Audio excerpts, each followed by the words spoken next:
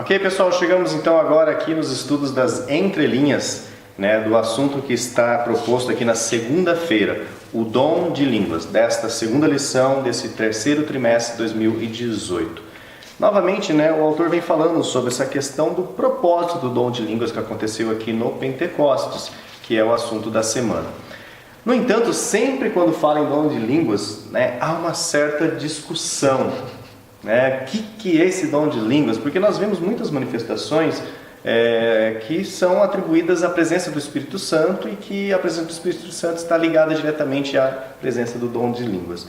E aí vem aquela discussão do glossolalia versus a xenoglossia. Então assim, será que é somente a língua dos anjos mesmo? Ou será que não? Mas Paulo depois deixa claro o que é. Então fiquem ligados nas entrelinhas. O Ricardo tem aqui vários slides que você vai entender exatamente, tudo sobre esse assunto do dom de línguas e vai ajudar aquele seu amigo que trabalha com você, que estuda com você muitas vezes, que ele entenda melhor isso, que ele saiba que às vezes tem coisas que a Bíblia não revela, e tem outras que ela revela muito bem claro, então é melhor seguir o que ela revela do que na dúvida do que ela não revela. Então vamos com os slides aqui sobre o dom de línguas. Vamos lá, lição 2, segunda-feira. Dom de línguas. Primeira coisa para a gente entender, porque nós vamos trabalhar com interpretação. Vamos voltar. Textura fechada e textura aberta. Qualquer texto, quando você for ler o texto, você vai jogar a sua carga interpretativa em cima dele. Mas você vai jogar essa carga interpretativa e essa carga que ela vai ser, obviamente, moldada pelas suas experiências, de onde você vem, quem você é, aquilo que você já viu, aquilo que você concorda, aquilo que você não discorda. Aquilo que você espera, Aquilo que você espera que seja. Então, geralmente é mais ou menos assim. O texto vai ter muito daquilo que você espera que ele diga, mesmo que ele não diga. Quando se lê, se escreve também. Isso, mais ou menos isso. Só que o que seria textura fechada? Textura fechada é onde não dá para você fazer isso. Textura aberta é onde existe essa possibilidade, seja por defeito, ou seja porque foi escrito realmente daquela forma aberta. Agora, qual que é o grande problema? Não vamos confundir as coisas. Alguém que pega a Bíblia, abre a Bíblia, lê uma passagem da Bíblia, depois lê outra passagem da Bíblia. Essa passagem da Bíblia está dizendo isso. A interpretação dele é a interpretação da Bíblia. A Bíblia é uma coisa, a interpretação da pessoa é outra. Por isso que nós temos tantas denominações religiosas, por isso que nós temos tantas formas diferentes de olhar o texto e ver o mesmo texto. Com relação ao dom de línguas é a mesma coisa. Nós que somos adventistas, nós não temos a prática cultica de ficar falando em língua estranha, em língua de anjo, nada disso. Daí o que a gente pega? A gente vai lá, vai ler o texto.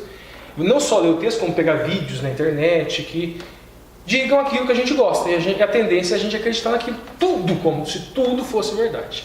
Só que a realidade é bem mais complexa do que isso. Nós vamos entender um pouco disso hoje. Isso daqui é bem tranquilo para todos os, seja pentecostal ou não pentecostal. Esses derramamentos do Espírito Santo já teria sido profetizado. A gente vai lá, Joel 2, 28. E há de ser que depois derramei o meu Espírito sobre toda a carne, e vossos filhos e vossas filhas profetizarão. Os vossos velhos terão sonhos, e os vossos mancebos terão visões. Como que a gente sabe? Como a nossa base de fé é tanto a Tanar como a Brit Hadashah, é tanto Velho quanto no Novo Testamento, a gente vai lá em Atos 2, 16, 17, a gente vê. Mas isto é o que foi dito pelo profeta Joel. Aonde que Pedro está falando aqui? Que o Kefa, Shimon Kefa. Ele está falando justamente de Joel 2, 28. E nos últimos dias acontecerá, diz Deus, que do meu Espírito derramarei sobre toda a carne. Que está lá em Atos 2, 16. Só que a gente também, como a gente vai falar de dom de línguas, a gente precisa de Isaías 28, 11. Pelo que por lábios, e aqui o safá, lábios estranhos, e por outra língua falará este povo. Isaías 28, 11. Também uma possível referência ao Pentecostes. Vamos lá. Agora vamos a uma aplicação que a gente vai ter que gravar. O Alexandre, inclusive, já falou a questão que as línguas elas aparecem com forma de fogo, eles começam a falar, que pode ter havido efetivamente um fenômeno físico, mas também pode ser uma figura de linguagem. As duas sentido poético. Sentido poético. A gente vai lá em Jeremias 23, 29 e fala o seguinte, estou falando com relação ao fogo, não com relação às línguas. Não é a minha palavra como fogo, aí o Kaesh, diz o Senhor, e como um martelo que esmiuça a pena. Então a gente pode interpretar Atos 2, 3, veja bem, e foram vistos por eles línguas, aí glossai, repartidas como que de fogo, que se pousaram sobre a cabeça deles. Então, 3 possibilidades. Primeira possibilidade, realmente houve um fenômeno físico, apareceu fogo. Né? Segunda possibilidade, é apenas uma linguagem poética. Terceira possibilidade, aconteceu o fenômeno físico para exemplificar isso que a gente vê lá em Jeremias. Por quê? Shavuot, no passado, a gente buscando a sua representação, o seu significado no passado, é a entrega da lei lá no Sinai. Inclusive existe uma Midrash que fala que desceu a voz do céu, uma Midrash que associa textos da Torá, obviamente, e que traz a seguinte interpretação, que desceu uma voz do céu e que se separou como fogo, mais ou menos como acontece aqui em Atos 2, 3. De volta ao Pentecostes, fazendo referência à entrega da lei. E no Pentecostes, no Shavuot, de fato é entregue uma lei. Mas aqui ela vem em pedra. Agora aquele coração de pedra vai vir uma nova lei, só que ela vai ser escrita no coração. Então toda aquela ordem, daquela simbologia das festas chega aqui para entrar naquele processo que nós chamamos de santificação. Shavuot está totalmente ligado à santificação. Vamos lá. Agora, só para explicar, cara, quando tu fala Shavuot, você se refere Pentecostes. a Pentecostes. Shavuot é o plural de semanas. É semana no plural. Shavuot. O outro é porque é feminino. Né? Podia ser Shavuim também. Tem o feminino e tem o masculino, pro plural. Agora aqui uma questão que é muito comum em discussão na internet, coisa e tal, glossolalia e xenoglossia. E daí entra aquela coisa que eu falei lá no começo.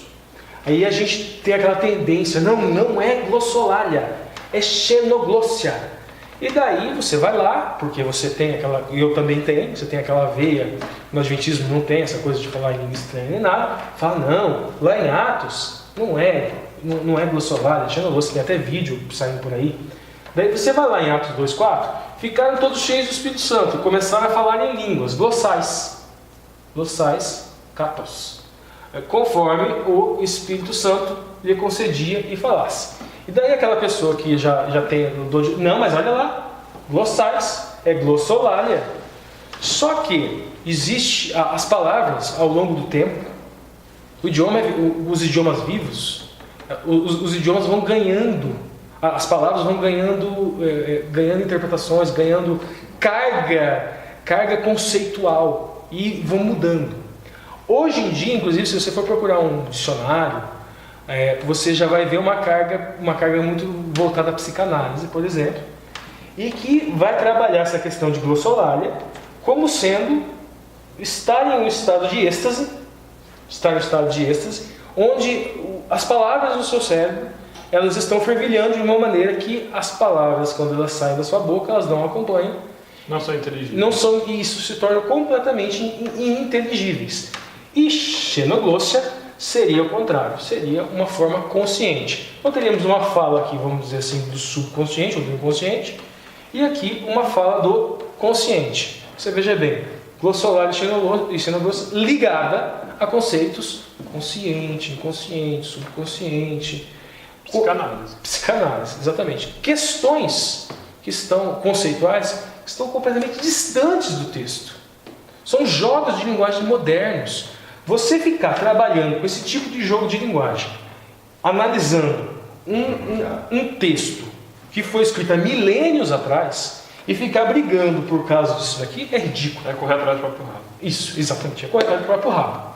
A questão principal aqui de Atos 2,4, veja bem, se a gente for procurar etimologia mesmo, olha só, a palavra glossolalia, de acordo com os seus elementos constitutivos, significa glossa, significa língua, E o mais laria, que significa o ato de falar. Tem alguma questão aqui na palavra, se é consciente, se é inconsciente, se está em estado de êxtase? Não tem.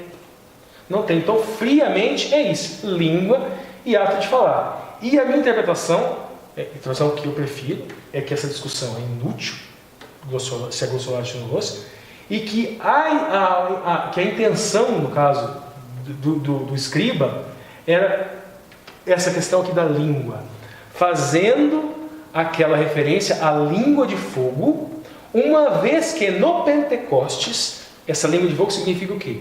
Eles estavam falando, as outras pessoas estavam entendendo a palavra do Eterno. E essa palavra que estava sendo dita estava servindo para escrever a lei no coração daqueles que estavam ouvindo. Ou seja, era uma palavra com uma finalidade de santificação. Então, o Pentecostes, o Shavuot, essa glossai, que vão para a textura fechada, vão parar de ficar inventando abertura e ficar criando anacronismos interpretativos.